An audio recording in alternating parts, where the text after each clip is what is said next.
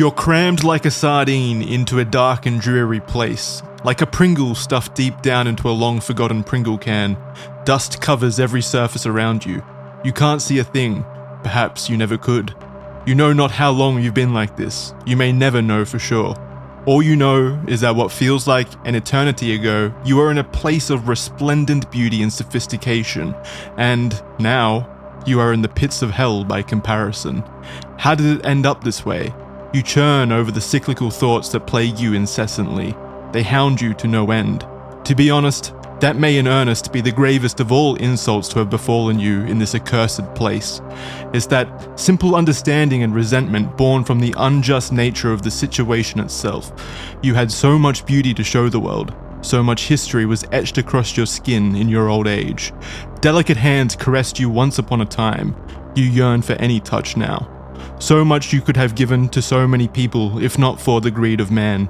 Now there's no guarantee that you'll ever be seen by anyone's eyes ever again.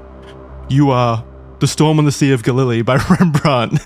You've just been stolen from the Isabella Stewart Gardner Museum in Boston, and you're currently imprisoned in a metal tube, and this is the red thread. I'm your host, Jackson. I'm joined today by career criminal Isaiah and modern art appreciator Charlie. He's here too, to relay just the facts of the case. No opinions, none of that nonsense, just the facts. Our subject today, the single largest art theft in history, the Isabella Stewart Gardner Museum heist that to this day remains unsolved. We're going to go over the museum itself, then we're going to talk about the heist itself, and then we'll dive into theories and suspects to see if we can do what the FBI never could over 30 years of time of investigation. They never solved it. What do we pay them for, goddammit? They don't do anything. It should be really easy to solve it, too. It's pretty embarrassing that they haven't. Yeah, it's kind of, I mean, were cameras not around in the 90s? Like, why, like, there's so much money. Cameras aren't around now. That $30 million heist in LA last week, they apparently had no cameras in the Garda World facility, which is like a money storage facility. But cameras are so cheap. We have cameras in our pockets, like at all times, basically. I know. I mean, I kind of get back in the 90s, and I actually believe that the cameras were turned off during the heist, so there was probably cameras.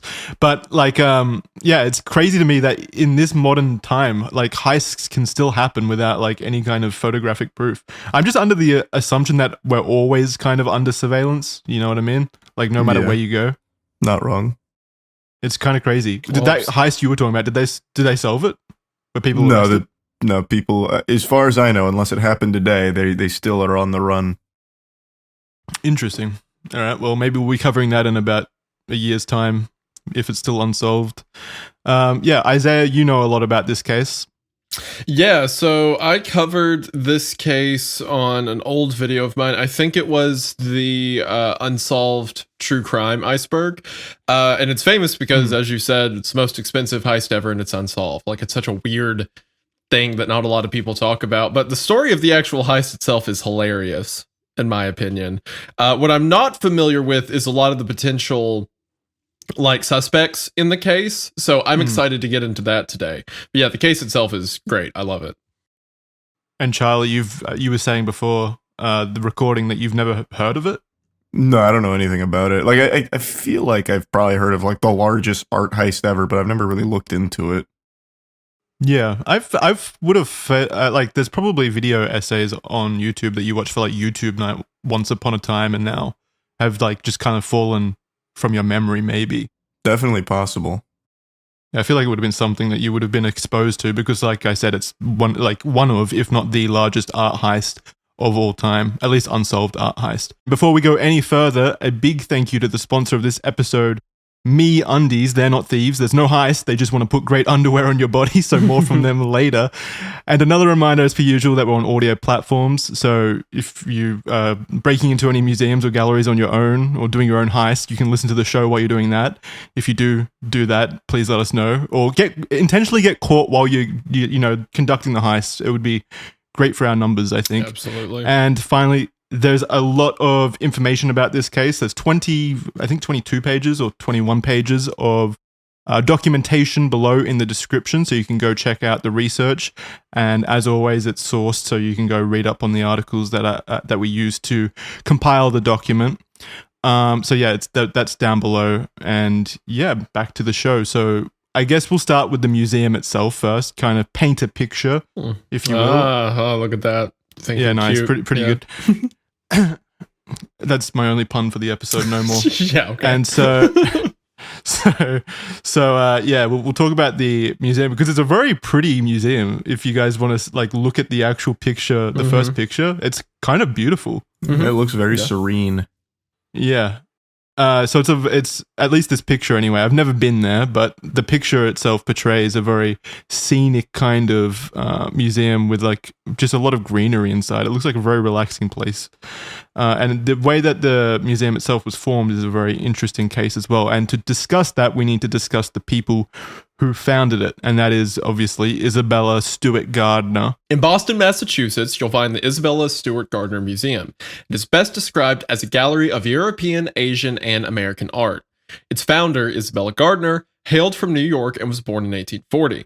She came from a well-off family and received a private education, having even studied abroad. It was through a Parisian friend that she met her future husband, John Jack Lowell Gardner Jr. John was part of That's a lot of names. That's a lot of names. Big name, very big name. Well, Jack is his nickname. Oh, True, that's yeah. true. Yeah. But how do you get Jack from John? Well, how do you get Dick from Richard? Ask Well, I nicely. assume the very first Richard was just maybe the first Richard was just like an absolute monster. Like no one liked him. That's what I've always imagined. But yeah, I don't know. It's only one letter removed. But in Richard is?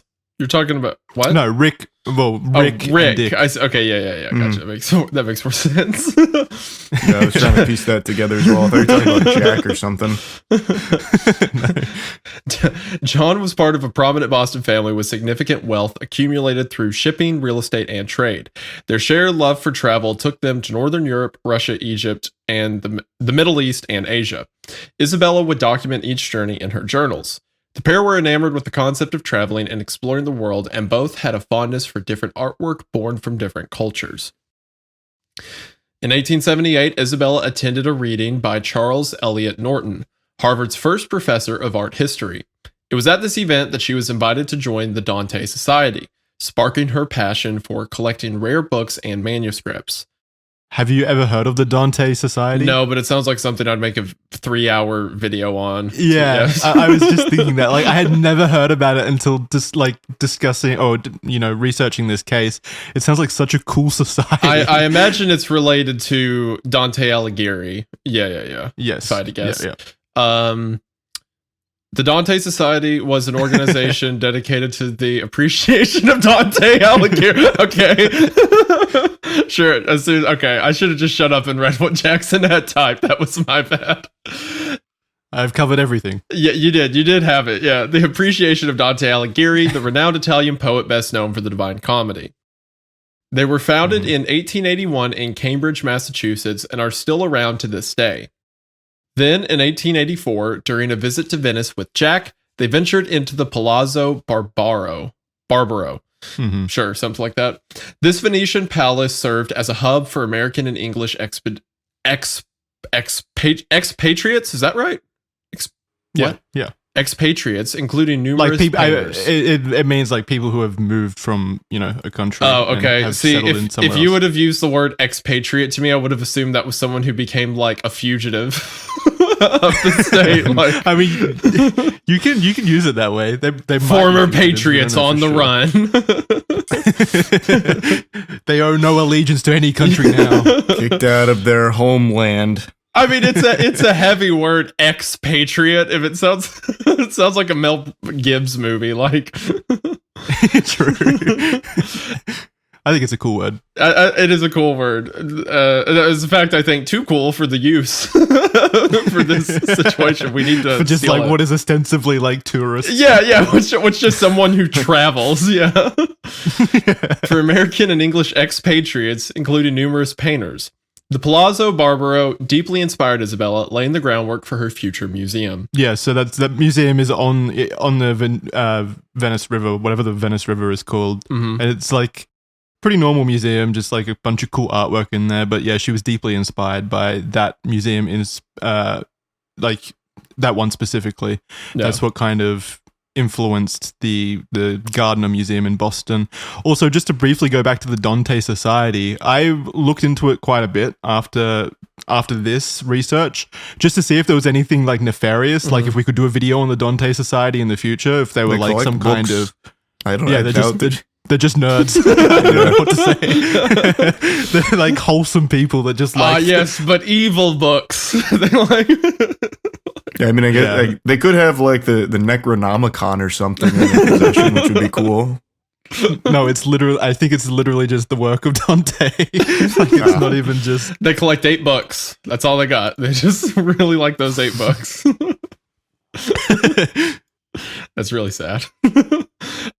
It's cool. Yeah, it's whatever. It's awesome. I mean, I've made videos about Dante, so I can't say a lot. She met Bernard Barrison, who would go on to become her chief art advisor. Bernard assisted in gathering some of the biggest pieces in her collection, which were purchased from the wealth grown from John's successful businesses and her own family's inheritance. Her father was a wealthy New York linen merchant. As they acquired more artwork, Isabella and Jack had plans to open up their private collection into a public museum. Jack died suddenly of a stroke in December of 1898, but Isabella went on and continued their plans, purchasing a large amount of land in the Fenway-Kenmore neighborhood, known for its cultural, historical, and academic institutions, in Boston, and shortly after, she would begin construction on the land. She moved into the museum herself, and in 1903, the museum had its grand opening. I do think that's really cool that like a lot of the art collectors and stuff I kind of find a bit lame when it's just like all holed up in like a private collection.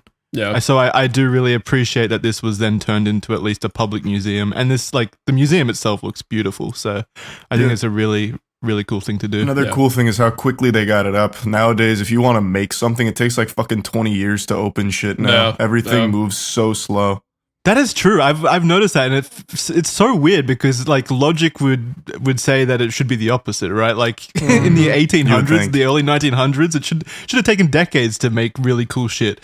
But yeah, like you said, now it takes like 30 years. And it's like, what is happening? How are we getting slower? Is it just that there's so many projects, or what? I legitimately think it probably comes down to like cutting costs. So I think it's like in this constant struggle to save money, they end up just stalling these projects for so long. Yeah. Oh, so nothing's happening. I was going to say, if a project takes longer, it's usually more expensive, like if people are working that entire duration. But yeah, I guess if it's just like there's 5 years of no activity and no one's getting paid, then yeah, you're probably right. So yeah, sadly. Yeah, Isabella herself suffered a stroke in 1919 and died in 1924. She left the museum, quote, for the education and enjoyment of the public forever, and insisted in her will that nothing in the museum should be changed, nothing acquired, and nothing sold. That's so fucking cool. Yeah. She's a hero. Like, actually instructing that nothing changes in this museum. That's such a cool legacy to have, in my opinion. Yeah. Too bad that what we're about to talk about happened. But other than that, yeah, pretty cool. Well, to be fair, nothing got sold. Like in the museum. That is correct. Nothing was sold on the grounds of the museum. Yeah, so wait, nothing in the museum should be changed though. It's kind of, well, I think that's more of like in the metaphorical sense. Like they probably built that shit out of asbestos, so they probably swapped that out at some point, would be my guess, for the good of the museum. Yeah, there's like a health safety risk and like the asbestos lead paint, removal. Gotta stay. Gotta let the kids eat the paint chips. They come in and they can't do any work because the will says nothing can be changed. I don't think that would work. That wouldn't hold up in court, sadly. Well, and there's probably toilets in there too, which probably weren't there back then in the same capacity. Oh, true. And like escalators or, some way to get like wheelchairs up things and stuff like that. Yeah, maybe. Yeah. I'm sure that's what she would have wanted, though. I think if we're going to be critical of what she did here, I think she probably meant in terms of the artwork, like nothing should be changed there, which is obviously a very fair thing to do. Cool legacy, though. So let's move on to, sadly, what the museum museum's current legacy is, and that is the theft. So Charlie, you can take this one, I think. I've got it. So this is known as the single largest property theft in the world. The Gardner heist lasted just 81 minutes. At 1:24 a.m. on March 18th, 1990, a car pulled up to the side of the museum. 2 police officers, wearing disguises, jumped out of the car and started pushing the museum's buzzer, saying that they needed to be let in. The guards who were on shift that night let them inside, which breaks museum protocol. 23-year-old Richard Abbott and 25-year-old Randy Heston believed that the 2 police officers were responding to a disturbance call in relation to unruly celebrations happening nearby in relation to St. Patrick's Day. Once the criminals were inside, they declared the now famous quote, "Gentlemen, this is a robbery." That's such a cool line. I love that line. It's only cool because they got away with it, but it reminds me of Charles Doza. This is Democracy Manifest. Yeah, that guy. As he's getting fucking put in a police car. Yeah. They would then overpower the guards and handcuffed and duct tape both of the guards in the basement. This is one of the quotes from Richard Abbott. "There they stood, 2 of Boston's finest, waving at me through the glass, hats, coats, badges. They looked like cops." So the disguises that they used, I think they were genuine like police outfits, but from all accounts, like they were very, very authentic. It wasn't something like you would get down at. It wasn't like a Party City plastic badge. Yeah, exactly. Yeah, and when you read the line verbatim up here, 2 police officers wearing disguises, it made it sound like they were like fully clothed cops wearing like a fake mustache or something. They were wearing extra police clothes on their police clothes, like police officers that were disguised. No, that they were criminals wearing a police officer like disguise. No, they were police officers wearing a DEA disguise. Yeah, like an FBI fucking coat or something. I know what us 2 police officers will disguise as slightly different police officers. They'll never see it coming. Just a fake mustache. The 2 criminals didn't appear to have any weapons, and the panic button in the museum was never activated. They did successfully disable the alarms, however the museum still had functioning motion detectors that were able to record the thieves' movements. And here's the list of motions. Jackson will probably put it on screen. The next 24 minutes after the assailants disabled the guards and security systems are a mystery. When it comes to the crime, 24 minutes is a lifetime. The entire heist took over 81 minutes, which does seem to be a rather long time. Extreme confidence that no one was coming and a comfort level with the museum, said Anthony Amore, who was Gardner's security director since 2005, when asked about the duration of the heist. Or what the duration suggested. So he was saying that like obviously the thieves had kind of like a extreme level of confidence that no one was coming and no one was going to thwart their attempts, and they had some level of comfort with the museum itself to be there for 81 minutes. Because when you think about like heists and stuff, it's get in as quick as you can and get out as quick as you can, right? Yeah. Because police could show up at any minute. There could be, someone. It just indicates that there's a level of comfort here. Yeah, and I agree with that assessment. I like the motion detectors here, where it's someone is in the Dutch room. Investigate immediately! 3 exclamation points. It's going off forever. Like it's like a sassy motion detector. Hello, check the Dutch room. I would have thought like maybe it's just because it's the 90s or whatever, like early 90s. But I would have thought if there was like constant alarms like that or detections like that and nothing changed, then it would be routed to like the police or something. I've thought there would be a system like that in place, but I guess not. Maybe if it was like an actual alarm system instead of just motion detection. But yeah, it didn't seem like anything got routed to the police. At 1:48 a.m., they were captured by the motion detectors in the museum's Dutch room. The aptly named Dutch room held Dutch, German, and English art that Isabella Gardner acquired. Here was Rembrandt, a Golden Age Dutch painter, self-portrait, age 23, which she purchased in 1896. The Dutch room held many dinners and parties and was a popular space for entertaining. Gardner once hosted a dinner for the Harvard football team in 1909 when they won against Yale, for example. Well, she must have been a big football fan. Yeah. It was in the Dutch room that they also cut Rembrandt's Christ in the Storm of the Sea of Galileo, a lady and gentleman in black from their frames. They removed Vermeer's The Concert and Flink's Landscape with an Obelisk from their frames. The concert was purchased by Isabella in 1891 at a Paris auction for $6,000, which is a lot. That's a lot of money.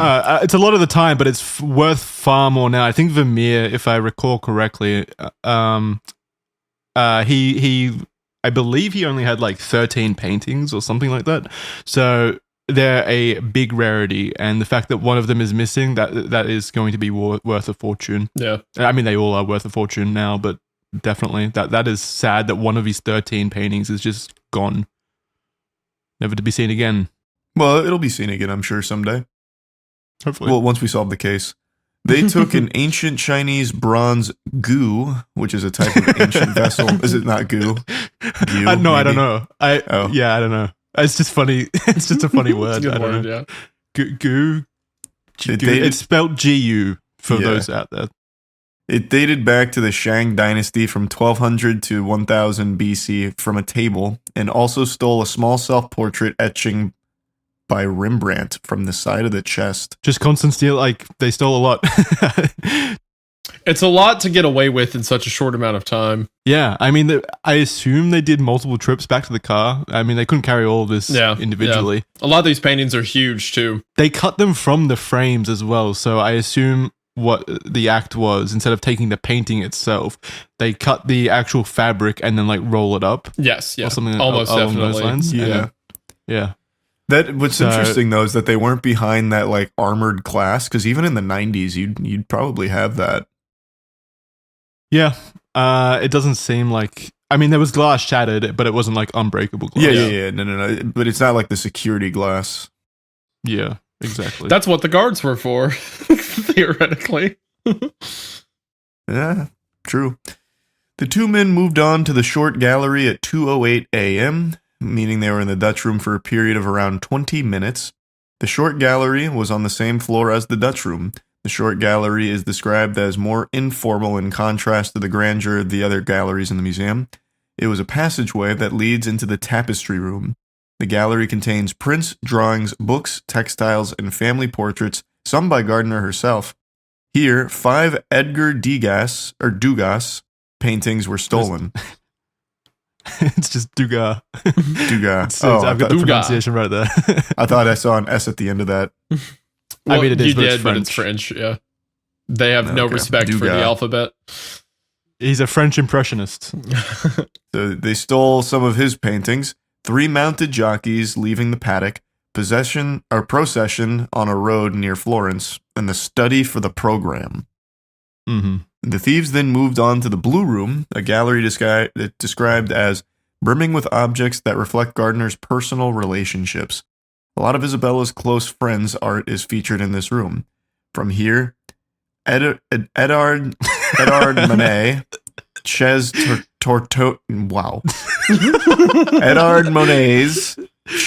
Tortoni was stolen. No respect for the French.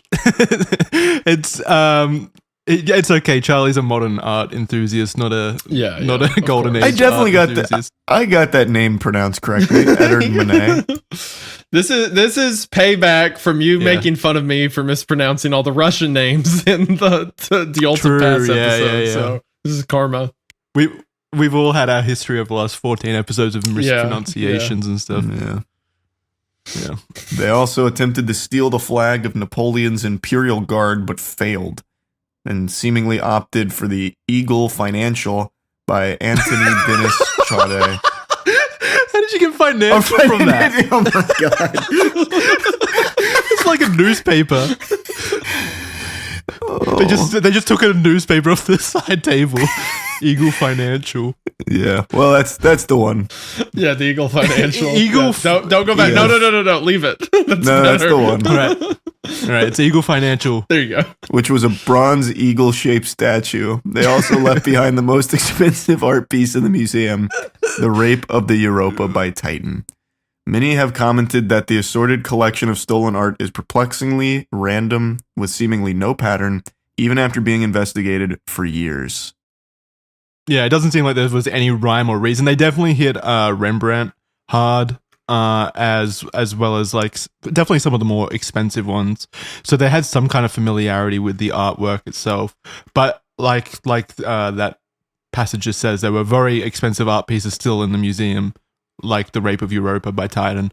So it's I don't know if their knowledge of actual artwork itself was that strong, just like the actual museum layout and stuff, I assume is what they were most familiar with. So how did they fail to take the Napoleon's Imperial Guard? What would that even look like? There was no one there to like stop them, so how'd they fuck that up?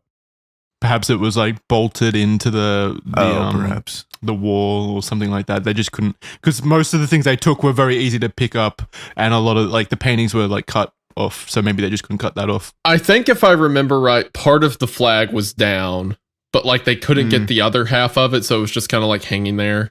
Because if they rip it in half, they ruin, like they're not getting anything out of that, so they just like forgot it and then went to something else. I'm surprised they wouldn't still go for it though, even like ripping it in half. Well, then you're just like, you're no one. They fucking cut into the paintings themselves. Yeah, but like, they can still sell that for a lot of money. If you have a flag ripped in half, you're not selling that, right? Yeah, no one's gonna buy like half of a flag, but they will buy like a painting that just has like some cuts the at the sides top off. the sides. Yeah, I'm just under the assumption that art thieves would probably still take the chance and just cut it. I have my theory is that these guys knew how to conduct a successful robbery, but they weren't super art smart, so they've probably staked out the museum a couple times, and then while they were there, maybe asked an employee like, "Hey, do you think what do you think's the most expensive painting in this room? That one, huh?" And I think that's how they did it. Then they probably just looked at where everyone was congregating. Like they'd look at what the most popular ones were that people were seeing. You would think though, if they were like dedicated art heist thievers or whatever, what are they called? Art thieves, I guess. Like thievers. If they were that dedicated and that, I don't know, that skilled at it, they would have like some kind of knowledge of what constitutes expensive art. I mean, they did steal a lot of expensive stuff, like Rembrandt and whatnot. They just didn't. They didn't min-max every painting they could have got or whatever. Maybe what happened is they went in, stole some really big Rembrandts, and then they're like, there's not a lot of room in our storage. Let's skip Europa because that's a really big painting. Maybe we'll go on to some of the smaller stuff or something like that. Oh yeah, I didn't take into account size, and maybe Europa is just like way more. It's a pretty big painting, if I remember right. Yeah. Yeah. So, or maybe they're just like really big Rembrandt fans. Maybe it's not even they're not stealing it to sell it. They're just like stealing it for enjoyment. They just want to hang it up at home. God, imagine that. Imagine if there's just some fucking home out there with just like some random home, not even like a multi-millionaire or anything. Like when you think of who buys these art pieces generally, like from thieves and stuff, you imagine like, crime bosses and stuff. Mm-hmm. Imagine this is just some random dude and he's just got Rembrandt up on his wall at home, just in the living room. Not even in a frame, it's just like fucking thumbtacked up. It's got like stains on it, like ketchup stains and stuff over the years. He's just using it as like a table mat for his meals. Did they never try to sell any of these? Like I said, I don't know the story of this. Did they never try and sell them? I mean, there's accusations and rumors that some sales went down, but there's so many in different directions that none of them have been proven outright. Yeah, we'll keep going. We'll get to the theories about where they went after this. Yeah. Sorry, I didn't mean to jump ahead. No. You're getting excited. I know it's a very exciting case. This is an exciting case. From 2:08 a.m. through to 2:27 a.m., a duration of roughly 18 minutes, one thief worked in the Dutch room and the other in the short gallery. Again, it's exceedingly long amount of time to conduct an art heist, and it indicated a level of comfort that the thieves possessed. From 2:27 through to 2:41, a duration of roughly 13 minutes, no detectors registered anything, so it's impossible to place the thieves at this time. Counterpoint, though, I don't know if this necessarily supports them being comfortable. They could just not be that good. Like, they don't have a real sense of like how quickly they should move and a sense of urgency. Potentially, yeah. I think you have to be fairly confident to pull off something like this. There's a middle ground because, like, yes, it's the most expensive heist ever, so you'd expect them to be professionals. But all it took was, hey, we're cops. All right, you're tied up now. Yeah. That was all the heisting needed. Yeah. This isn't a mastermind level scheme that they've executed here. It's not like that heist those Navy SEALs or not Navy SEALs, those Army Rangers pulled off where they were like in and out in 7 minutes. Like this is just two guys walking around like this looks pretty rich. Let's get this out of there. Let's pull this down. Yeah, do you think so counterpoint, do you think it would have indicated that they were more comfortable if they were quicker, like if they had a direct plan and they were in and out within like 60 seconds and they got everything that they wanted? 100%. That would have 100% spoken more to being like experts, knowing what they were looking for, knowing the layout and all that. Okay, no, I'm not in my writing. I'm not saying that they're experts by any means. No. What I'm saying is the amount of time that they spent there to me, the comfort, and that security guy before indicates that they were chilling. Like it wasn't something where they were super stressed. Yeah, so not necessarily like skill. Yeah, to me that just means that they probably aren't very smart, like in general. Like that's one of those things that I think if they were in and out, I'd be like, oh, these guys, they know what they're doing. But here it's like, oh, true. These guys are fucking bumbling idiots, and they just got really lucky. Yeah, that's a good point. An interesting issue that pops up is that the Blue Room, where the Ches Tortoni piece by Manet was stolen from, was never shown to have any instrument-based evidence that the thieves ever even entered the room. That is to say, the motion detectors never went off during the entire 81 minutes the thieves were inside the museum. In fact, the last time they had gone off was at 12:53 a.m. during the desk guards rounds. Finally, one last mystery, the art piece Galileo by Rembrandt was hung on a secret door that was completely hidden from guests looking at it from the gallery. The investigators found the door open, suggesting some level of inside knowledge. So there was still a desk guard present during all of this? No. 12:53 is way before. Yeah, sorry. It's like 30 minutes before the actual heist started. Yeah. So, but that's suspicious. Like the detector is obviously working because it tripped when the guard went through. I mean, I guess it could have. I mean, but no, they would have had to be in and out of that room to like get the Ches Tortoni in and out. So that's what's weird to me. Like, how did that not trip? Well, so the assumption would be that the desk guard took it with him on his. That's the insinuation, yeah. So Sea of Galilee was on it wasn't on display when that happened. It was like on a different wall. I didn't read that. What you've got here, the art piece Galilee by Rembrandt was hung on a secret door that was completely hidden from guests. Oh no. So it is on the wall in the display area in forget the room. I think it's the blue room, right? Okay. No, the Dutch room. I think it's the Dutch room. Okay. It's on display there. Just normally, but behind the painting itself is like one of those hidden compartments. Like a secret Interesting, door. Okay.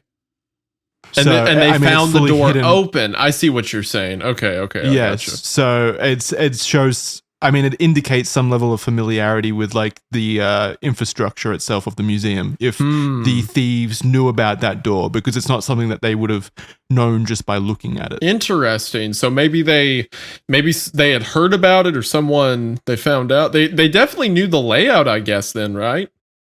Huh. Yeah, that's what it indicates. But also, I mean, I guess they could have like forced the knowledge out of the guards downstairs or something like that. They could have been like, is there any hidden compartments or something like that? And then the guards never said anything. Yeah, maybe. What do you think, Charlie? You want to know? I have a really stupid theory, but if it's probably not the time for that. Okay. Please save that theory. I need to know. Yeah. I think it's big brain. I'm just going to tell you that. I think I cracked the case. I'm excited. Okay, stay tuned to the end to hear what Charlie's big theory is. Just a sec before we continue, just a quick word from our sponsors of this episode, MeUndies. You know what time it is. It's MeUndies time, and boy am I glad that I get to wear MeUndies all the time. They're the best underwear I've ever strapped to my body, and I love how comfortable they are. I really do. I've said it before, and I'll say it again. Living in Australia with like this thick humidity everywhere, there's no worse feeling than wearing underwear that isn't breathable. It isn't wearing underwear that isn't made for the environment, like the environment of Australia. It just sucks. Luckily, MeUndies is super breathable, and I get to exist in a state of not feeling like there's a swamp downstairs weighing me down. So that's a benefit in my eyes. But just in general, MeUndies is just so comfortable. They've got styles for everyone. Normal solid colors, for example. You can get your blacks, you can get your whites, you can get your reds. And then there's also like awesome prints that are just so fun. Like I have a pair of dinosaur ones. I can't show you because they're on my body right now, actually. But yeah, I've got some dinosaur ones as well as some ones with some like tiger claw marks. Some very cool MeUndies designs out there, so you can definitely go check them out and have a look and find the one that fits you best. Speaking of fitting you best, they come in so many sizes from extra small all the way up to 4 extra large, so no matter what you're working with, you'll find a comfortable fit. MeUndies also offers other stuff like their lounge collection, their stuff like joggers, hoodies, and onesies, and their Move Me activewear collection is equally great, so you can exercise in the comfort that MeUndies brings you. I genuinely highly recommend MeUndies as a brand. They're just so comfortable. I can't stress that enough, and also super affordable. Like you're not breaking the bank with MeUndies. You get such high level of comfort for very little investment. Plus, if you're not happy with your first pair, it's on MeUndies. So get 20% off your first order plus free shipping at MeUndies.com/redthread. That's MeUndies.com/redthread for 20% off plus free shipping. MeUndies, comfort from the outside in. Now, over to me again. I bet you've probably got a bunch of subscriptions that you're not even using right now. I know you don't want to think about it. You've pushed it from your brain. That's perfectly natural. I do it too. But that's exactly what those companies want. You're just giving away money for nothing. And just out of pure laziness sometimes, or like me, I genuinely just forget that I've got the subscriptions running. And I know it takes a long time to go through your bank records to figure out exactly where the money's going. But luckily for me and luckily for you, Rocket Money has our back though. They're a personal finance app that helps you cancel subscriptions, lowers your bills, and manage your money better. They're a fantastic tool that you can use to make your financial life better. Like I said before, you can use Rocket Money to safely and securely cancel your subscriptions for you. That's enormous. That's really cool. It tracks recurring charges and lets you know what subscriptions are active, and you can even cancel the subscriptions directly from the app. Rocket Money also helps you by lowering your bills, like your telephone bill, your cable bill, your electricity bill. You just upload a photo of your bill and Rocket Money will negotiate on your behalf to lower those bills. It's a great tool. You'll save money at the end of each month, and you won't have to do anything that takes up more than a minute of your time. Beyond that, one of my favorite features as a giant self-professed nerd, it's actually their analytical tools that show you exactly where your money is going, how you're spending it, and where you can cut back in the future so that you can save money over time. And with Rocket Money, you can set budgets and limits so you can just put a hard kibosh on any late nights Lego spending like I have in the past. Rocket Money has saved its customers an average of $740 a year. I mean, that's an enormous amount over the year that you could just cut back on very easily using Rocket Money. And they've also helped squash over $500 million in cancelled subscriptions, which is an enormous number and a massive community service when you think about it. To save more and spend less, join the over 5 million members using Rocket Money today. Go to rocketmoney.com/redthread or click the link in the description to get started for free. You can also unlock even more features with premium, but go to rocketmoney.com/redthread anyway to get started for free and start saving money. Thank you to everyone for listening to the sponsors for this episode. Really appreciate the sponsors for helping us out. And I appreciate all of you for listening to the ads and helping us out in that way. It really does mean a lot. Thank you very much. And now back to the heist. The two men then took 2 separate trips to the car carrying the artwork and then departed from the museum separately at 2:41 a.m. and then 2:45 a.m. The guards were left in the basement of the museum, and nothing was discovered until the cleaning crew came through in the morning. And then there's a police sketch of the thieves. The assailants. One's kind of, it's like a fucking, kind of like a comedy series from like the 80s. Yeah. One's like tall and lanky looking, and the other's like chubby face. Is that Jay Schlatt both on the right? They both are wearing like the exact same fake mustache, it looks like. I know, that's definitely glasses. A fake stash for sure. Yeah. Also, with the whole guards tied up downstairs, I love, if you scroll back up in the document, I guess the cleaning crew came by and took photos of the guy tied up. Yeah, they didn't untie him first. Yeah, he's still fully tied up there, just like fully tied up. The hair coming out through the tape is so funny too. Like, yeah, it's like a hippie kind of rocker look. Like it's cousin It crammed inside of there. Like, it'll be up on the screen right now, and audio listeners can find the document below if they want to see it. But yeah, it's funny because I guess like the cleaning crew came by. It says that they were the first ones that discovered the scene of the crime, and their first instinct was just to take photos. Man, the kids are gonna love this. Yeah. Never let him live it down. It's also funny because it's the 90s, so it's not like they used a smartphone. They were like, wait here, I'm going to go get a camera. Yeah. It takes way more effort than just pulling a phone out of your pocket. They were there for a long time, too. They got tied up at like 1 a.m., and I guess they would have been discovered around 8 a.m., so like 7 hours probably. And then they're like, hold on a second, I got to get a photo of this. Just wait 30 more minutes. And then also, there's another photo in the document, a really interesting infographic, which was a minute-by-minute look at the Gardner Museum heist. I believe it was by Boston Magazine. Really useful little picture that kind of chronicles what we know about the heist itself and like what the thieves kind of, how they traveled through the building itself and what paintings they took.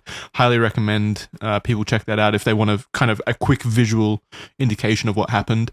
So 81 minutes and $500 million worth of paintings stolen. It's fucking crazy. Yeah, it's pretty good. I mean, like as far as like work to reward, pretty good outcome, I think. Yeah. I mean, what's 500 million divided by 81? They would have made a massive per minute return. A lot of money a minute. It's a lot. But that's if they sold the paintings and it's not just being used as just like it's in the attic of these guys or whatever. Like, how do you sell something like that? They have to know how to turn that into money. Yeah. That's gonna, I mean, man. Which is hard because it's like, it's a high art piece. So your typical clientele you can't sell to because they're like high society people. So it has to be someone who's willing to pay a lot of money for an artwork they can never show off. It's like a weird, like.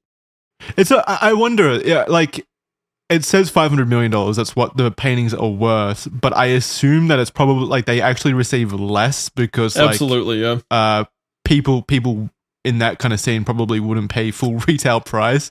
Like they would find the. Yeah, they can't go hang it up after they buy it. Yeah. Really, the only people you can sell that to are criminals. Like, there's nowhere else. So you have to find like the wealthiest criminals ever. Plus, you can never use it. What's it ever gonna like? If it's just hanging on a wall and anyone sees it and they're like, "Holy shit, that's Rembrandt's Galilei!" Like, immediately just fucked yourself. So what do? Do these people, these high society criminals or whatever, just buy them and just like store them in their attic? Like, if movies have told me anything, they just put it next to their fireplace. Yeah, I guess they're just above the law, maybe. Well, I mean, the law is not going to be wandering into their house, and the only other people that'll go there, I guess, are criminals. True. They drink champagne and like laugh maniacally every night, looking over at it. It's an authentic Rembrandt. As they pet their white cat, like. You ever heard of the financial eagle? Have you ever heard of the financial eagle? Isn't that a YouTuber? No, that's Legal Eagle. Financial Eagle's a different YouTuber. Yeah, they stole the other one. They stole the Financial Eagle. Yeah. He's caged up in this guy's like house. He probably paid $300 for him or something. It really does sound like just like a fucking newspaper. That's what I love about it. It's just like they picked up a newspaper. It'd be really funny if like these guys knew nothing about art. Like maybe they were paid to do this heist or something. And then they get in the car. They're like, dude, we stole like, it's gotta be like $2,000 worth of stuff. Yeah. Like, we're gonna make a fortune. Imagine if they just fucking dumped it at the like the local like what do you call them, the resale places, like a pawn shop. Yeah, pawn shop. Like, how much do you think I can get for this? $50 bucks, $40 and a watch. I got like $800 for all the art for Rembrandt. That was worth 81 minutes. We were in there for 81 minutes trying to get these paintings down with our knives. It was a nightmare. Yeah, maybe they are just fucking bumbling idiots that got lucky hitting the only museum in the area. Hey, Paul, he gave me $80 for the Financial Eagle. We're doing great. So funny. All right, we can move on to the theories now. This is where things start to get a bit interesting, more so. So I'll start. First one that I came across was Brian Devitt. So in 1980, a man named Brian Devitt and a partner hijacked a Federal Express truck. They knocked out the driver with ether, which is a drug used to induce sedation, and stole the uniforms of the drivers. Their plan: to rob the Hyde collection in Glens Falls, New York. They had duct tape and tools to steal paintings, but unfortunately for them, they hit the biggest roadblock that all aspiring art thieves hit, and that is traffic. They got stopped in traffic, and by the time they reached the museum, it was closed. Their plan failed. So, I mean, these guys are stupid enough to have been the ones that did the Boston Art Museum heist. I actually love the theory now that the thieves are just like bumbling idiots, and somehow they pulled off. They're like the Home just Alone guys, luck. like Joe Pesci. Like, hey, what's the matter? Yeah. Yeah, just through sheer luck, they pulled off the most expensive heist of all time, just somehow. Yeah. I keep seeing it in the papers and like, damn, we did that? Paulie, you'll never believe this. That night, there was another crew robbing it too. Look, it's right here. They can't believe it's them. Like, they don't believe it's them. Man, we sold what we got for $800. We should have been looking where they were. What the heck? Yeah, there must have been another room with $500 million worth of paintings. It's crazy. They got this guy here, Rembrandt. He talked about Jesus or something. We didn't even see that. That's so good. Anyway, the truck driver identified them and later confessed, and they spent a few months in jail for attempted robbery.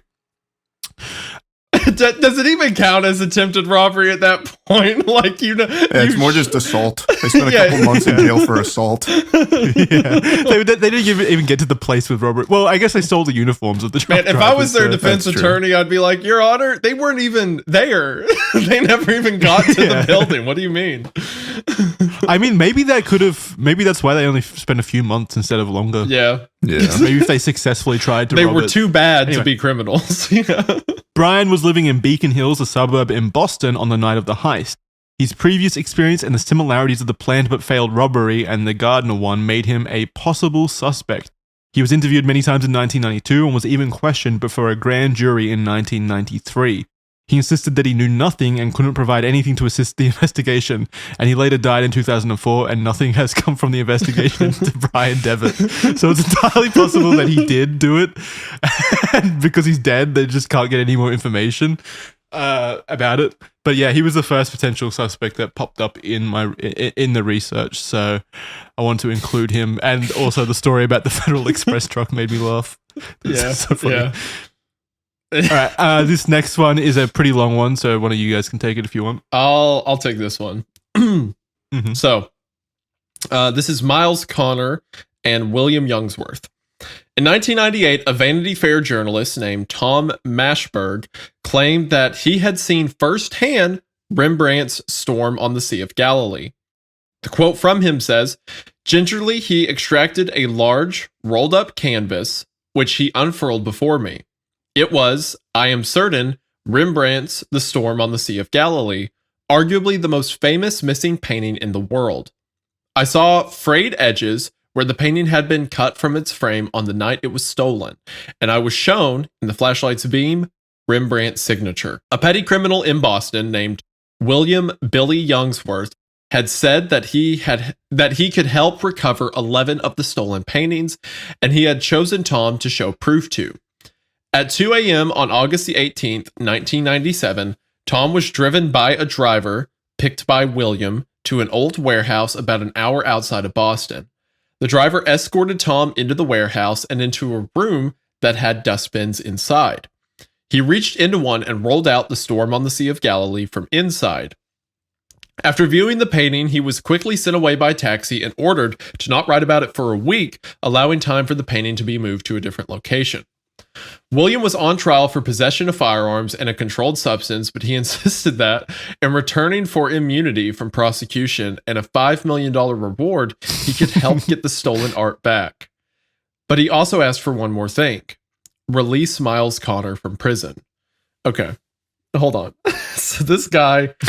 The guy, okay, maybe the jokes we were making were accurate. The guy who stole $500 million worth of artwork is on trial for firearm possession and some weed. Yeah. And then he's like, yo, you won't believe what else I've got. But if I tell you, you're going to have to let me go. And immunity. Give me $5 million. What? Yeah. He can't sell it to anyone, so he gets arrested for possession, and he's like, would you take $5 million for a Rembrandt? Like, what? His plan is to sell it to the police. Basically. What the heck? Anyway, as part of that deal, Billy says, I also want Miles Connor's release from prison. Yep. And this is where we go into Miles Connor. Yeah, so Miles Connor was no stranger to crime, and although he and William were in prison the night of the heist, many thought he most likely knew about the robbery. He seemed to have had his foot in the door in the world of underground art trade and had also previously stolen a Rembrandt painting from the Museum of Fine Arts in Boston in 1975. See, he just really likes Rembrandt. I'm telling you. He loves stealing That's Rembrandts. why he was so focused. Yeah. Well, I swear, in my research, I thought there were only 13 Rembrandt paintings, so this guy was just like hitting them all. He's got 2 of them, theoretically. Yeah, that's not bad. Let me just confirm that. You said that for Vermeer, by the way. About 13 Vermeers. Yeah. Yes. Yeah. No, Rembrandt had over 300, it looks like. Okay, yeah. Well, 2 of them are Billy's, apparently. He had begun to play a game with the police where he could help locate stolen paintings for leniency in return for his criminal activity. Is he stealing paintings to use as bargaining chips for future crimes he's going to commit? for his weed charges, yeah. Yeah. He's like, just in case I get caught with weed one day, I need something. I need the insurance. Polly, let me tell you, police ever bust you for anything? Give me a call. I got the rape of Europa in a whole storage lot out back. We'll get it taken care of no time. I'm going to call my police guy. He has a bunch of rare artwork he uses for bargaining chips. Like what? I love the idea of committing an even greater crime to like as insurance for a lesser crime. Yeah. Like you get arrested for jaywalking and turn in $120 million worth of artwork. Some people, a quote by Miles Connor, some people consider me the biggest art thief in the country because I robbed a number of museums. Well, yeah, that's why they consider you. What kind of a quote is that? Some people call me an art thief because I steal some art from time to time, you know? Like... He's just being modest about it. He's like, yeah, some people call me the biggest art thief, but I mean, I just rob a couple museums. Yeah, I'm not actually that big. I'm not the biggest, unless I get arrested for marijuana next week, in which case I might become one really quick. Miles Connor is actually like a character. I was reading through some interviews he did with Boston Magazine again, I believe, and he really does come across as a character.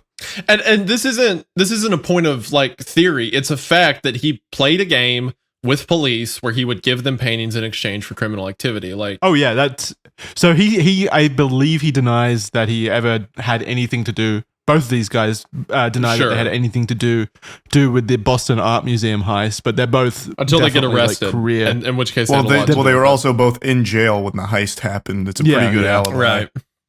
But if he knew like underground art trades and stuff, then they probably at least know what happened to it, even if they. Well, it's also. Like we said earlier, kind of, he showed the journalist the rolled up canvas. Yeah, supposedly he had it in his possession. Yeah, if the journalist is to be believed. Yeah, it's possible that he may not have been part of the heist, but he could be involved in the sense that he had the paintings at some point. Yeah. Also, the 2 options with this guy is he's either really stupid because he does, like you said, much more high level crimes to excuse smaller ones, or he's like the Joker and he just wants to do it for the game of it. He just enjoys. Oh, I definitely think he really just enjoys it. Yeah. Like from the interviews I read, it seems like he's loved his life. You want to know how I got this Rembrandt? Miles had told Tom that criminals in the area, quote, couldn't help but notice the museum's lack of security.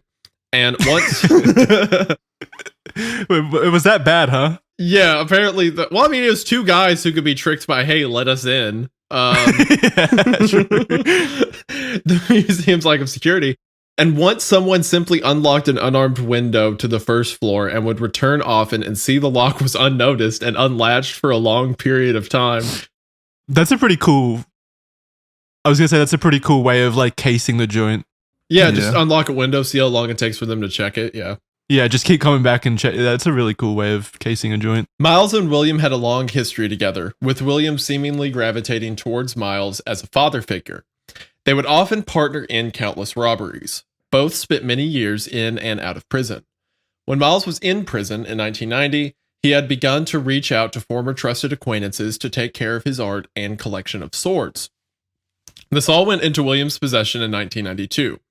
However, this turned into Miles accusing William of selling 99.9%, that's a quote, of his belongings. The relationship soured, with Miles calling William a degenerate thief. They were considered each other's nemesis from this point on. They got into a fight over his swords, and that made them hate each other. I get it. If I was Miles, I'd be pissed if I trusted William with a bunch of my swords. I made the joke, but this is literally the Home Alone guys. Like, yeah, I do love that they were. It's like an anime. They became each other's nemesis, just like from a bad. Did you sell my swords? Be honest. It's also funny that he just really got into like collecting Japanese swords. I just find that funny. In his article from 1993, Tom Mashberg talks about meetings that he had with Miles while he was serving the last few years of a 10-year prison sentence. Quote from Miles, "To most museums, I guess, my name is like Darth Vader. Jesus, what a fucking loser." You're just mad because he took your pop culture reference, Charlie. Yeah, come on. You should respect it. You're right. Game respects game. I guess my name's like Darth Vader. I'm quite capable of breaking into any museum, including the Gardner, and I've been in places, like the Smithsonian storage houses, where they would not be happy to know I've been. But I did not plan, nor did I consign, the Gardner break-in. That's a weird quote. It's like, hey, want to know me? I could get into storage rooms. You never know it, but I was there. So don't test me. I'm like, I'll do it. I'll break into your house. If you've got a storage room, I'm already there. You don't know it. I'm in your walls. You're not giving him the respect he deserves. He's the Darth Vader of art heists. You're right. Give him some respect. Yeah. The Sith Lord. Yeah, he made a Star Wars reference on me while talking about crimes.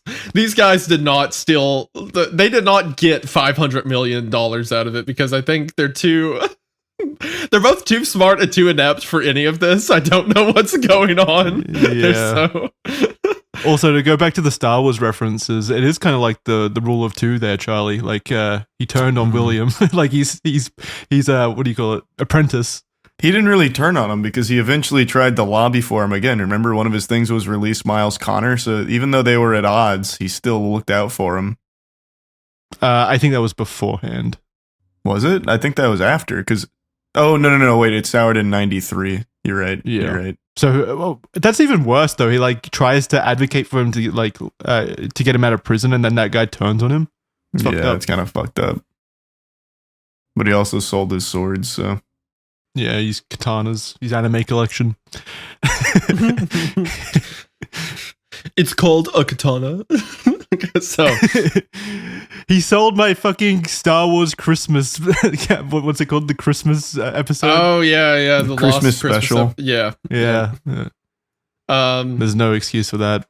He denied having involvement in the heist and even called it, quote, inexcusably sloppy. That the criminals sliced 2 Rembrandts from their frames and smashed glass in front of the concert, which he said could have easily been unbolted, possibly saving it from shrapnel damage. Throughout Tom's time... Do what? I was going to say, I mean, he's like... he's probably right. Like, if it was that easy to get these paintings, if he's saying... If the Darth Vader of art heist is like, yeah, they kind of fucked this up pretty bad. Like, it was way easier way to do this. Then it probably does speak to the actual thieves not being very good at it. Like them not having experience. Kind of goes back to your theory, Charlie, that they were just idiots. Mm-hmm. Throughout Tom's time and knowing both of the men, the possible brain behind the heist shifted from Miles to William. William told many uncorroborated versions of the crime to Tom, saying he had planned it from prison or that he had laid it out to a crew of robbers.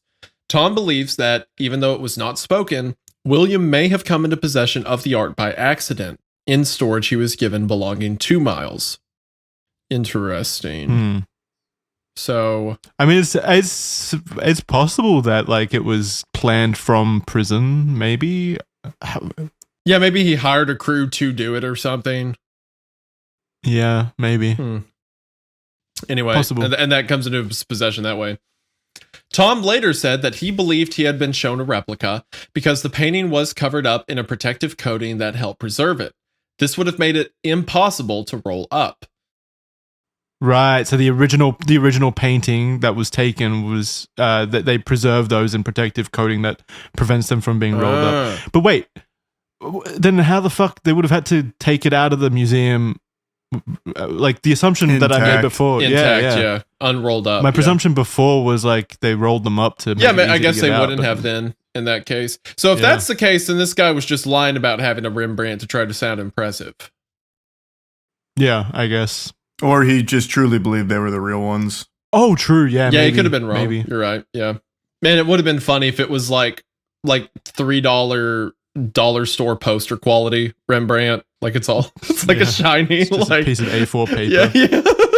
I got a real Rembrandt right here. It's like glossy. This is the actual size. It's like an actual A4 piece of paper. He's like, trust me, this is the actual size. It looks a lot bigger when you put it up in the frame. Have you seen it? That's what I thought. Yeah, the frame does a lot of justice to it. I'm not going to lie to you guys. U.S. Attorney Donald K. Stern demanded that Williams show credible evidence that he could get the stolen paintings if demands were met. William provided a vial of paint fragments that he insisted were from the stolen Rembrandts. Donald and the FBI later announced that they were not from a Rembrandt painting, and the deal fell apart. Oh, well, there's your answer. It was fake. There you go. Yeah. An analysis on the fragments years later showed that they may not have been from Rembrandt, but possibly consistent with paint used in 17th century paintings like the Concert. Oh, okay. Interesting. The Concert was also taken, so... Yeah. Huh. Okay. William also received death threats from other criminals, saying they would go as far as kidnapping his 6-year-old son if he didn't hand over the art. What? These are really like art aficionado criminals. If you don't return the art to its rightful home, I'm gonna kill your kid. We love going to the museum and looking at Rembrandt. Give it back. I think he means like hand it over to the criminals, not the fucking back to the museum. Yeah. No, it's funnier if it's the Have museum. some morals. No one steals from Rembrandt. He is resentful to the FBI for refusing to go along with his proposed deal and believed he was framed for one of his charges. He constantly fought for an appeal until he was released in 2000. He now maintains that he just wants to walk away from everything Gardner related. He owned Alston Antiques in Springfield, Massachusetts, a store that specializes in fine period and custom-made furniture, collectibles, antiques, restoration, estate appraisals, and liquidation, as well as theft recovery software and appraisals, but that seems to now be closed and Williams appears to have retired. That's really funny that he gets out of jail and he's like, I just want to go to a simple life of a delicatessen, maybe making some leather couches for nice love seats. I just love that he sells theft recovery software. It's so funny. It's funny how like in jail he's like, I have all of the stolen Gardner paintings, and as soon as he's out he's like, I don't really want to talk about it. I think I've moved on. I'm putting it all behind me. I've changed, and you should too. As for Miles Connor, he would go on to write a book called The Art of the Heist, Confessions of a Master Thief, and recently was the focus of a documentary called Rock and Roll Outlaw, The Ballad of Miles Connor, that explores his life. That's Rock great. and Roll Outlaw. He recently gave an interview with the Boston magazine titled, The World's Greatest Art Thief is Alive and Well and Still Casing the Joint. That is a fascinating interview with the very experienced man who actually comes across as quite likable. Hold on, can I get him on an interview? Can he be on a YouTube video? Hold on. Oh man, maybe actually. Damn, I should have reached out. That's pretty cool. Anyway, so that's the theory of those two. Who's probably the most likely candidates, or at least they know who might have done it. Well, they were definitely involved in the scene, and they were also knowledgeable about it. And they I think. The journalist that said that he was there and saw something, like it was a fake probably or something like that, but he saw something, so they were involved in that sense, definitely. But I don't think they were the original thieves. Yeah. I don't believe that personally. No. So I'll take the next one. This one's about the mob. So over the years, the FBI has extensively looked into criminals in the area connected to organized crime. They suspected that two individuals, George Resfelder and Leonard DiMuzio, who both passed away in 1991, may have been involved in a heist, possibly with the assistance from others. George died of a cocaine overdose at 51, and Leonard was found shot dead at 49. They often were seen in a Dorchester repair shop that was operated by Carmelo Marlino, a mob associate who was said couldn't walk away from a score. Marlino once got arrested for running a cocaine trafficking ring from his garage and bragged about having access to stolen artwork. Yeah, as you do. Yeah. Years later, the FBI sent an undercover informant into Carmelo's garage and secretly taped him talking to his workers and associates about the stolen paintings from the Gardner Museum. When later arrested again in relation to a robbery scheme in 99, the FBI tried to leverage a deal with Carmelo that if he told of the location of the paintings, the charges would be dropped. He, however, was unable to deliver any information, and he died in prison in 2005. Yep, so no information from him. Yeah, the FBI thinks that the art could have ended up in the hands of Robert Unk Garanti. Robert was a convicted bank robber and had strong ties to the mafia in Philadelphia and Boston. He was known by some as the Cook.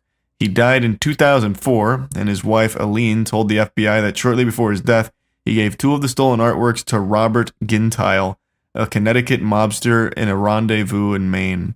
Robert died in 2021 from a stroke at 85, and he consistently insisted that he knew nothing about the heist. However, in 2013, the FBI released a statement that claimed Robert had previously possessed two of the stolen paintings and had offered to sell them to an undercover agent for $500,000 each. Well, that seems pretty cut and dry. I mean, it was a claim. I don't know if they had proof. It's just a claim. I guess they would have to have proof. Yeah. I don't know why they wouldn't just like bite on it, right? Like if he's got the paintings there and he's offering to sell them, why not just fucking arrest him and check the paintings? Yeah, I don't know why either. I didn't find any information on why they didn't pursue this. They just deemed it not a path worth investigating. But if, like you said, if he's saying, "Yo, I got these two paintings," and he's talking to an undercover agent offering to sell it to them, why not just go through with it? Why not just like see if he's able to procure the paintings? Maybe they did and he wasn't able to. Yeah, maybe. But I feel like they would have specified that he was unsuccessul in it. But instead, they're making it seem like they just declined the deal. They're like $500,000. Oh my god! Yeah, I'm not doing that. Price. You out of your mind? The FBI didn't have enough money for it. Yeah, the budget doesn't allocate this much. Nah, yeah, the FBI was talking to each other. He's like, "What do you think these Rembrandts are worth? Like $800? Like we can get way better down at the local pawn shop." Yeah. So then, this is a quote from Robert. "I had nothing to do with the paintings. It's a big joke." Robert was convicted for illegally selling prescription medication and drugs, and in search of his home during the time, police found a handwritten note listing all of the stolen artwork and their estimated value. They also found a newspaper article about the heist from the day after it happened. Circumstantial. It's all circumstantial. This sounds so... Wait, yeah, obvious. Why didn't they look into this guy further? What do you mean? It said right there, I had nothing to do with the paintings. It's a big joke, as he's got a list of how much they're worth. What the fuck? Okay. I couldn't find any information as to why there's like 18 people in Boston who it definitely was. Or like they had something to do with it, yeah. Yeah, what if it's like all of them? What if it's like the Avengers of art heists? Like Darth Vader got together with Robert and then they pulled off this like massive heist. And then they each took a single Rembrandt to celebrate. I don't know. This is so silly. It to me, that really seems pretty strong evidence that this guy had something to do with it, or at least knew where the paintings were. So this was all born from that Robert Unk Guarente, who was that convicted bank robber with strong ties to the mafia in Boston. So his wife, after he died, told the FBI about selling it to Robert Gentile. Mm-hmm. And so, yeah, I mean, it could have been Robert Unk Guarente and him, maybe, Robert Gentile? Yeah. Since there were two? Yeah. Yeah, maybe. I don't know. I'm reading more about why they fucking flubbed this so much. Like, why not look into him a little more? Isaiah, what do you think? I think what likely happened is two people stole it. Either they were like hired by someone else to do it, or they were the actual thieves, and then it made their way through a lot of different hands, right? So I think someone who's like a loudmouth like this, who like gets caught for selling coke and then brags about other stuff he's done, someone who wants to be seen as rough and tumble, may have passed through his hand, or he may have known who did it, but he would be the type to either way be like, yeah, I know about that heist, I was a part of it, I had the works, stuff like that. So I don't know if he necessarily did it or if he just knew about it, but I think a lot of people in the crime scene of Boston probably knew who did it. Well, they probably, maybe, but like my issue with the whole changing hands of the artwork and stuff, like like we were saying before, the paintings would have had to be sold to extremely wealthy people. Sure, yeah. So I don't get how these people had the money. Like, if they didn't... I'm not saying they bought them. I'm saying they moved them for them. Oh, okay. So they were... Okay, I see what you're saying. Yeah. Yeah, potentially. And then the final... Well, one of the final theories, we've still got two more to go, but this one is... The inside job. So the two criminals were let inside of the museum by the guard on duty, Richard Abath. Richard has always said that he believed the two suspects when they claimed they were police, as there were many loud St. Patrick's Day parties close by, and he had even thought that the locals had possibly climbed the iron fence and somehow gotten into the museum without him noticing. He always insisted that he never knew anything about the heist, but according to him, he was told directly by a federal investigator that, quote, "We've never been able to eliminate you as a suspect," end quote, which is fucking hilarious considering the last guy was fucking ruled off and he had handwritten notes and was like seen offering to buy to sell it to undercover agents and stuff. Dude, Jackson, he said he didn't do it. I don't know what more you want from him. Okay. He didn't even say that. He just said it's a joke. Yeah, he said it's a joke. Like he's laughing because they haven't arrested him yet. Yeah. But Richard Abath, like, he was tied up for 8 hours, and he's their favorite. He's their favorite suspect for some reason. What is the FBI doing? So the museum's security protocol prohibits entry of unauthorized personnel, which includes the police. But Richard has claimed that he didn't know this. So I don't understand that. Like, the museum's security protocol says that you're not allowed to give access to anyone, including the police. Isn't that against the law? Can't the police... I guess they would need a warrant, wouldn't they? Yeah, but it'd also be a stupid fucking policy to have, because if there's like an active problem in the museum, like you'd want the police there. Sorry, you guys can't come in. He probably had a real reason to think there's a problem. Yeah, I mean, like, he thought that people were climbing over the fences and stuff due to the St. Paddy's Day festivities. So yeah, I mean, he had a motive for that. I don't think it's unreasonable. His actions prior to the night of the heist have also come into scrutiny, with Richard himself explaining in an interview that he would often show up to work drunk or stoned. I don't know why he'd admit that, but all right. It's just a brag. He's really cool. But also, like, that doesn't... What do you mean under scrutiny? Like, a guy showing up to work drunk and stoned doesn't mean he's going to steal Rembrandt. Like, it's not even connected. He also admitted that in what would constitute a security breach, he let in a small group of friends after hours for a New Year's Eve party. What is he doing? Why is he admitting all this afterwards? He's gone wild. When he let the criminals in, still thinking they were police, they ordered him to step away from the security desk. He did this as he was afraid of getting arrested. He had tickets to a Grateful Dead concert later that day and wanted to still attend. Oh man, that's sad. I don't want to get arrested. I want to go to the Grateful Dead. That's so funny. The second they released him from the basement, he's like, "What time is it? Where? Oh, fuck. I gotta go. I gotta get to the Grateful Dead." Have you guys heard of Grateful Dead? Is that a big band? It's a huge band. They're they're kind of a of legend in their own right. Legend has it they invented LSD. They're like a myth in the music world. Wow. All right, well, that makes more sense then. He was desperate to get there. In doing so, like stepping away, he stepped away from the only emergency alarm in the museum. So there was only one fucking alarm in this entire place that could have set any kind of indication of.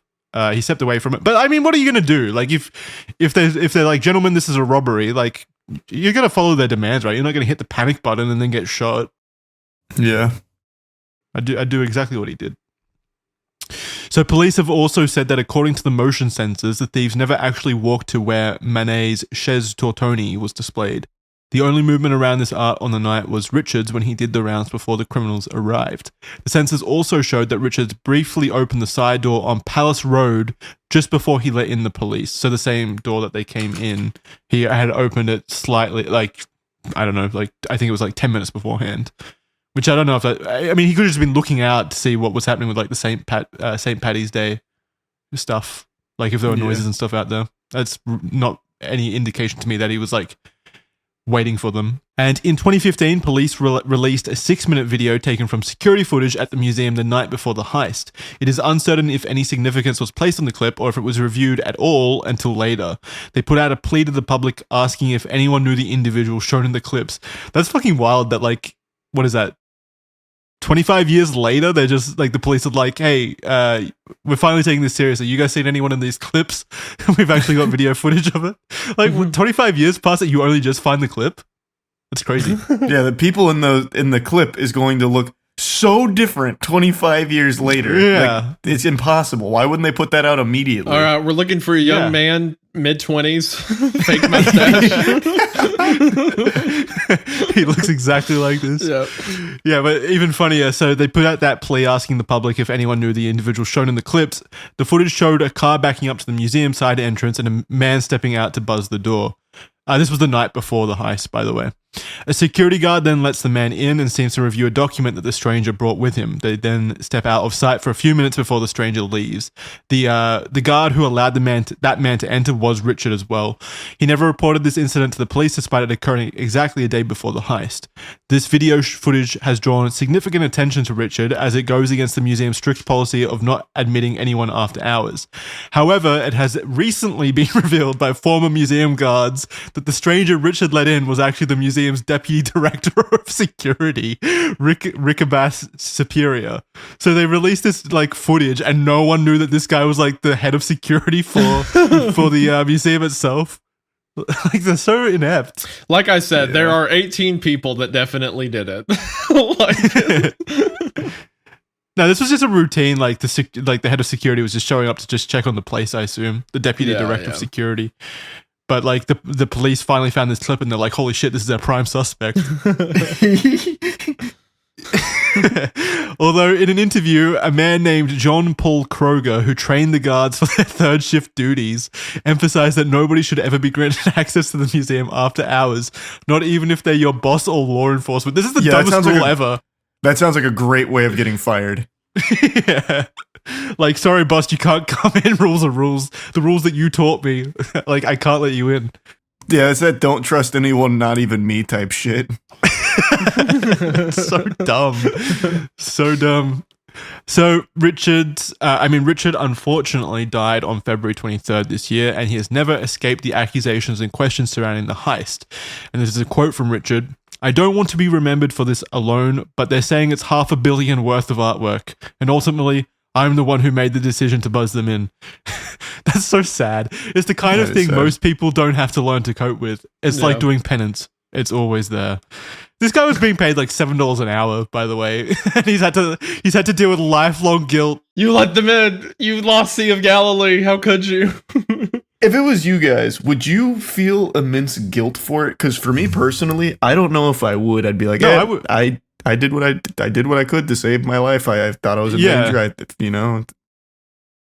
Plus, like, you thought he wasn't doing anything nefarious. He thought they were police. They were dressed as police. He's been given an order by what he assumed were police to be let inside the building. Like, yeah, I mean, what was he meant to do? What was he meant to do? Like, it's not his fault. Yeah, like you, Charlie, I don't think I would feel guilt. Yeah, and no one got hurt. Except him being trapped in the basement for 8 hours, but like no one got hurt. Missing out on the concert. Yeah, he was the only victim here, really. Yeah, he was the only victim. And he had to live with the lifelong guilt. So annoying. All right, Charlie, or Isaiah, do you want to take the next one? I'll knock this out. Yeah. So up next we have Whitey Bulger. A man named Whitey Bulger was one of the most influential crime bosses in the Boston area during the time of the heist. He was the head of the Winter Hill Gang. Although he denied involvement in the heist, he admitted that he had instructed his men to identify the culprits because the robbery was committed within his area of influence and he wanted to be paid tribute.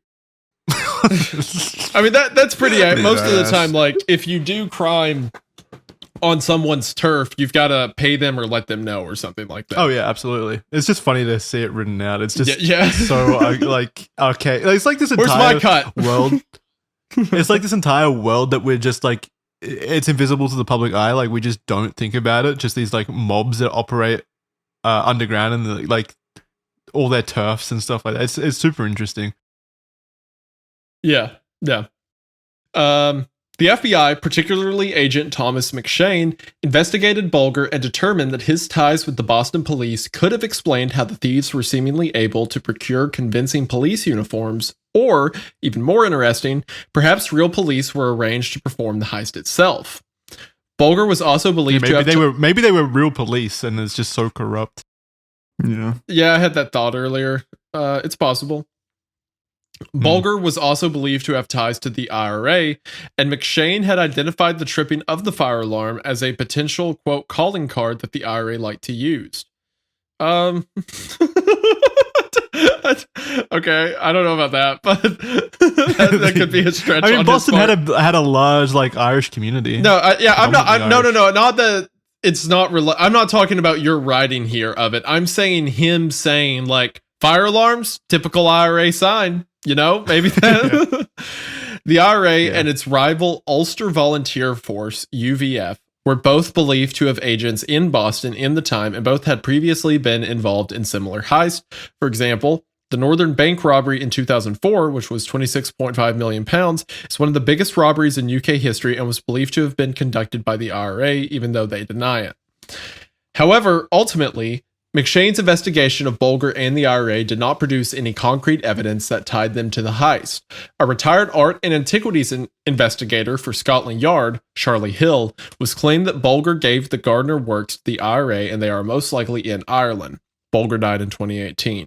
Possible. I mean... that doesn't seem as likely. Yeah, maybe again, it was his turf, so he was looking for it. I don't think the IRA was related. The reason the IRA did a lot of heist was because they were financing a militia.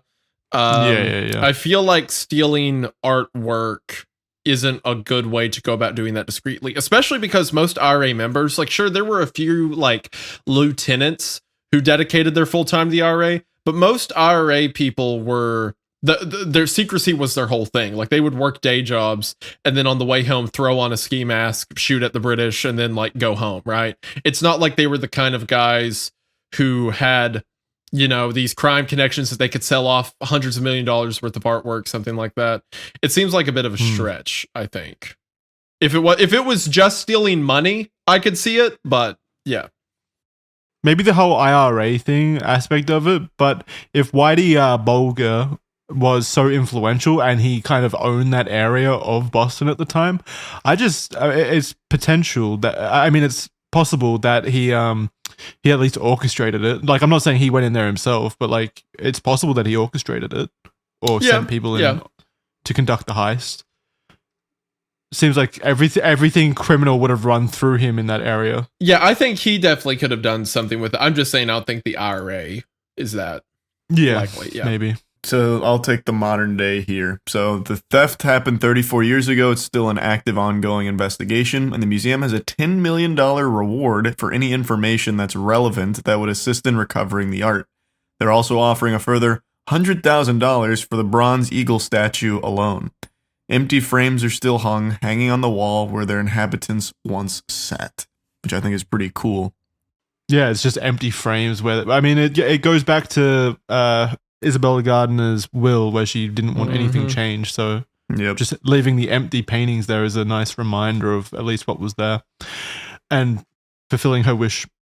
And this is from the Gardner Museum Instagram. On this day 34 years ago, Isabella Stewart Gardner Museum was robbed of 13 priceless works of art, the largest art theft in world history. The thieves stole not only from Gardner, but also from the wider public and culture. Today, empty frames hang on the walls, not only to mark whence these masterpieces were stolen, but as a gesture of hope. We believe these works of art will one day be recovered and returned to the Gardner Museum. It is a day we eagerly await. And I'll tell you, I'll bring that day now, because I got a theory. Oh yeah, boy, what's your let's theory? go. Let's hear it. It's not a likely one. Not even close to a likely theory at all. I think the most reasonable one, the most rational one, is Robert, where it really seems like he had the art, and for some reason the FBI, or the investigators of the FBI, they decided not to really pursue it. I think that's most likely where it is. But a fun one of how I think it was conducted, at the very least, is I really do think Richard probably did play a role in it. I think there's a good chance that Richard just agreed to being like tied up in the basement like that. I really think that that'd be a strong way of doing it. If they were cunning, I'm sure Richard would tell them like the bare basics layout, and then they'd scramble to get the art and all of that. So I think that Richard was probably in on it, and the two people that were hired were probably real police officers to do it. That's your theory? That's what you've taken from everything? All right, well, my issue with the whole Richard thing is, like, he could never kind of get any benefit from this, because he's just so intrinsically tied to the museum. I mean, the FBI are investigating it. Like, they've got eyes on his bank accounts and stuff. He was their prime suspect. Like, he lived his life never having received any benefits from doing it. And I think he would have known that as well. Plus, he was just a 22-year-old kid making $7 an hour. I really doubt he would have been involved in that kind of shit.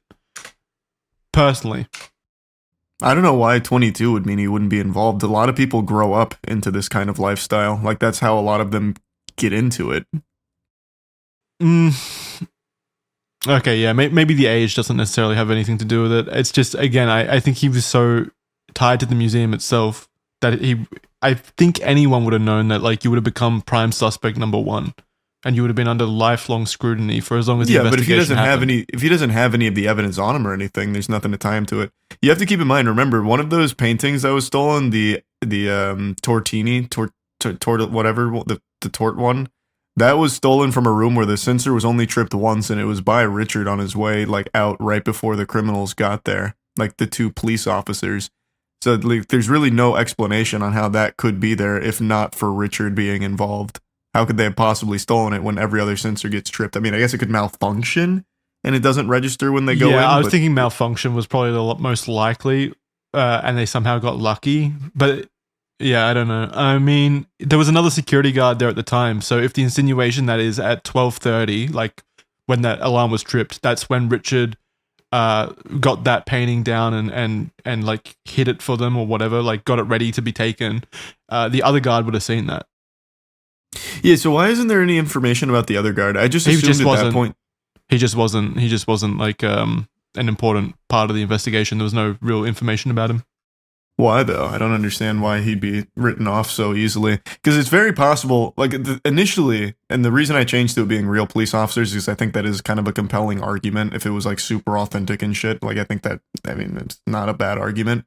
But initially I thought it was possible that there was a third person that was kind of just like the getaway guy, and that Richard and the other security guard were the ones that took all of the art, brought it outside, and then they just tied themselves up in the basement or something and just stayed down there. You can't tie yourself up. You absolutely can. They use duct tape. They just duct tape themselves. So you have, what do you mean? I could do that right now to myself. Okay, wait. Duct tape your face. Duct tape your legs. Oh yeah, I guess you could. Yeah, okay. You could absolutely do that. 100%. Okay, fair. But also, like, if both the employees are working together as well as the two people that came in, then I guess there's no confirmation that two people came in, right? It's just their word that it was two police officers. It could have absolutely just been I see what you're saying. So it's the two people inside doing it, and then they gave it to a third guy outside to leave. Yeah, who just takes it away. Interesting. The only reason I changed to it being like real police officers at the scene is because I really do think that the that is a pretty compelling argument to make. That'd be pretty interesting. I mean, it's not unreasonable, especially with corruption. I could see it.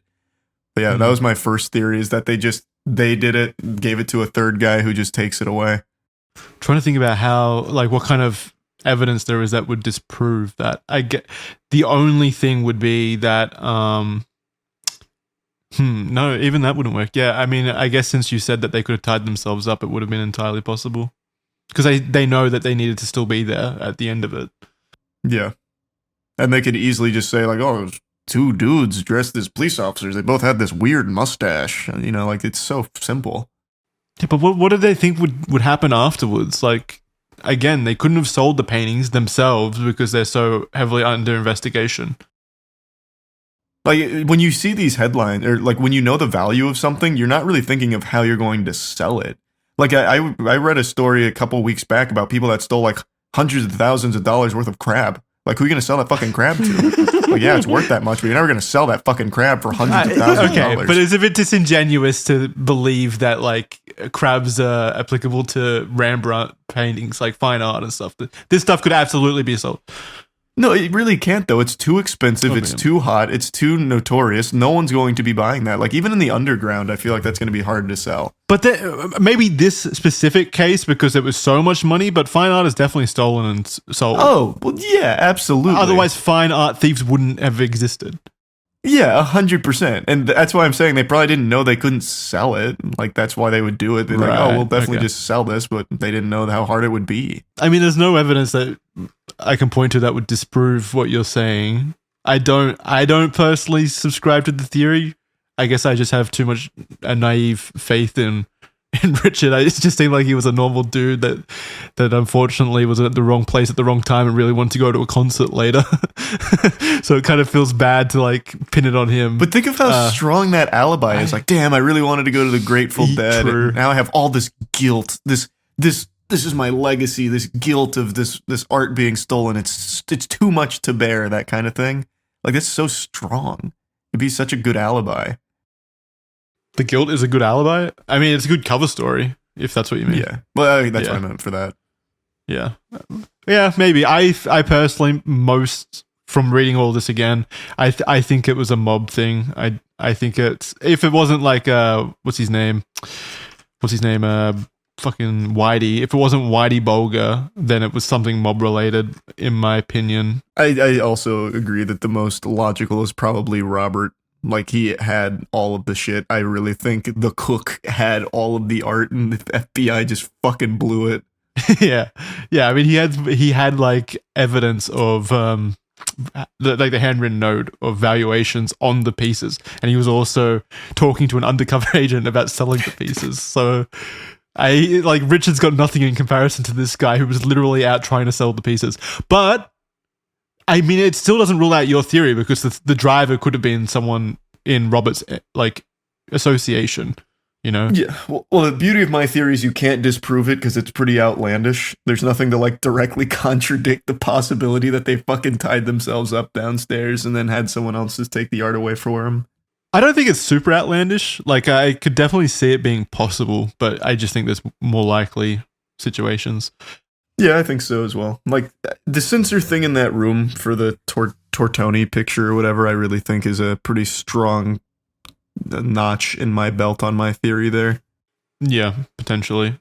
Isaiah, what's your personal favorite theory? My rule for these things is never mistake for malice what can be explained with incompetency.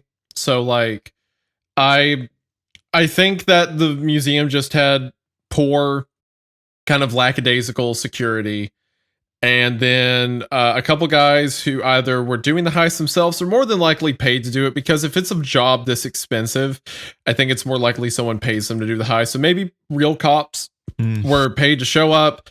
They easily got inside. Everything gets stolen, and then it makes its way through underground art traders. I think a lot of the people who claim to be responsible for it or to have knowledge of it may have actually known like whose hands the paintings passed through, but that doesn't mean they were the direct heist. And then it probably got bought by some underground art trade. I'm not sure how that works, but yeah, I think it was just guys paid, potentially police, by some really rich dude in crime circles to rob an underprotected art museum, I think. Yeah. Which is boring. I prefer Charlie's for coolness, but that's what I think probably happened. Yeah, I think they accidentally stole the artwork. They thought it was opening hours. They were asking to be let in. They were just looking. They fell over. knocked over a painting and then just decided to take it. That's a good idea, I think. Yeah. Yeah. And then he stands up and is like, "Oh well, gentlemen, this is robbery." Yeah. May as well take this Chinese goo or whatever it's called and the financial eagle. I guess we didn't solve it at the end of the day. I guess it will remain unsolved. I'm going to submit my theory just in case, and then they can give me the $10 million if it helps in any way. Yeah, let us know if you get the 10 million. Then we can say that we solved it. I'll keep you. Can you imagine that fucking Red Thread episode? We actually, I hope we eventually do solve something. Yeah, anyone listening, if you have any actionable intel on these stolen pieces of art, we can work together and split this pot.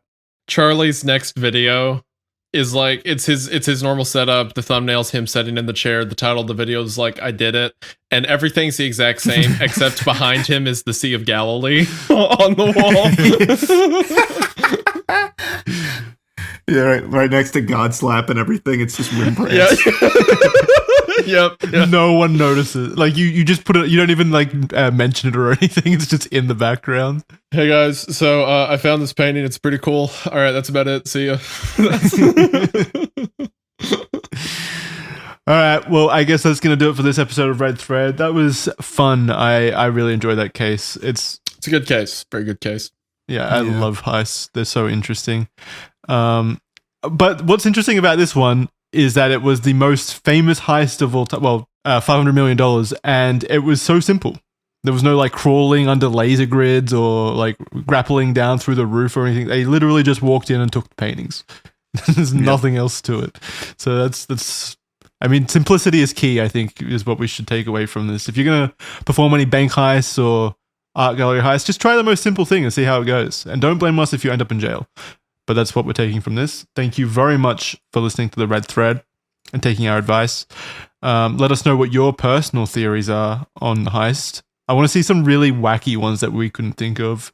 If there's any like crazy additional stuff that you guys can come up with, please let us know. But anyway, that's going to do it. Until next time, this has been the Red Thread. Goodbye. Bye. See you on the next one. Bye.